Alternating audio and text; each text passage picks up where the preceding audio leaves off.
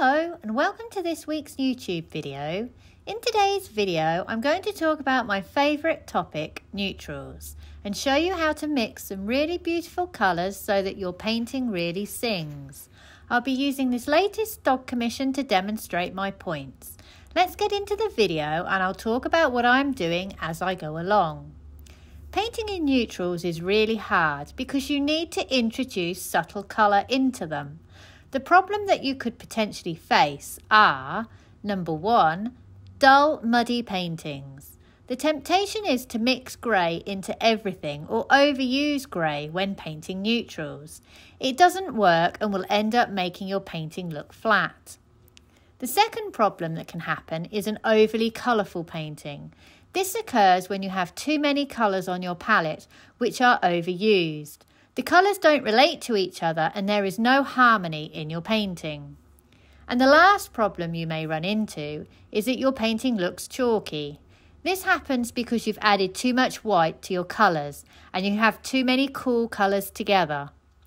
Every artist will have a different way to paint neutrals, but I think the easiest way is through limiting your palette, mixing your colours from that palette, and then using complementary colours to help you have a balance of warm and cool in your painting. Understanding what you are seeing in your reference photo is important. If you are struggling to see the colours in your neutrals, for mid-tone colours, hold up a grey card against your photo. That will enable you to see the colour hues. For light areas, hold up a white card. Again, this will enable you to see the colour hues more easily. Let's look at the palette I used for this painting first. I used cadmium yellow, yellow ochre light, transparent yellow oxide, cadmium red, alizarin crimson, transparent red oxide, ultramarine deep, titanium white, and I've also added some burnt umber.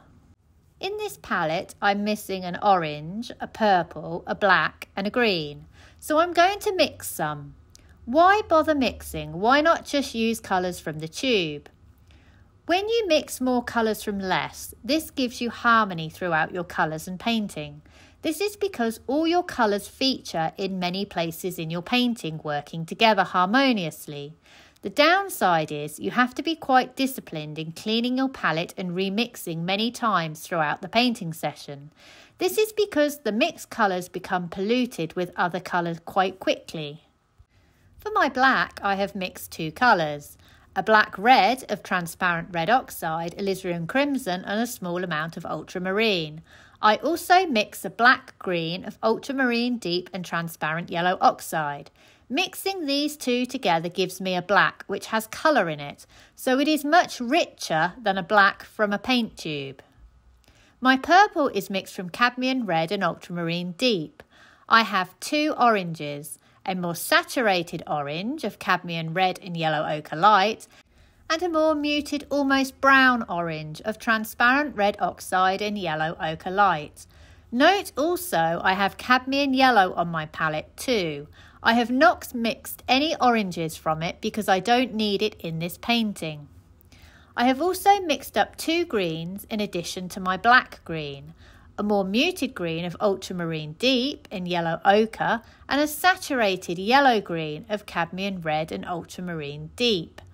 I have my palette, but now I need to understand their position on the colour wheel and how to use them because none of them are giving me the neutral colours in this painting yet, but it's the mixing that will. Red is the warmest colour on the colour wheel, blue is the coolest. Green and purple are transitionary colours because they can be both warm and cool. My warmest saturated red is cadmium red. Alizarin crimson is still warm but cooler than my cadmium red. These two yellows are warmer and sit about here. My cadmium yellow is still warm but cooler than my other two yellows. Note that everything sits in relation to what is next to it. These colours are warm on my palette. These two colours are cool. These four colours are my transitionary colours. If I am to paint colourful neutrals effectively, it is very important that I think of my palette in terms of warm and cool colours and understand what I have mixed up and where they sit on the colour wheel in relation to each other. The last part of understanding neutrals is using complementary colours. Complementary colours sit opposite each other on the colour wheel. One colour is always warm and the other is cool. They always work when you lay them next to each other. Why use complementary colours? For a painting to be successful, it needs a balance of warm and cool temperatures in it. If I mix red into green, I get brown, a neutral. If I mix orange into blue, I get brown, a neutral. If I mix yellow into purple, I get a brown-grey, a neutral. If I then add white to all these mixtures, I get grey, a neutral. So my complementaries give me colourful browns that I need to paint this dog, and adding white to my complementaries gives me my colourful greys. So let's have a look at the exact colours that I mixed. I mixed up a base brown that I used throughout this painting, but adjusted it where necessary. I mixed white plus purple plus orange. This gives me a muted brown, which is pretty much this sort of colour.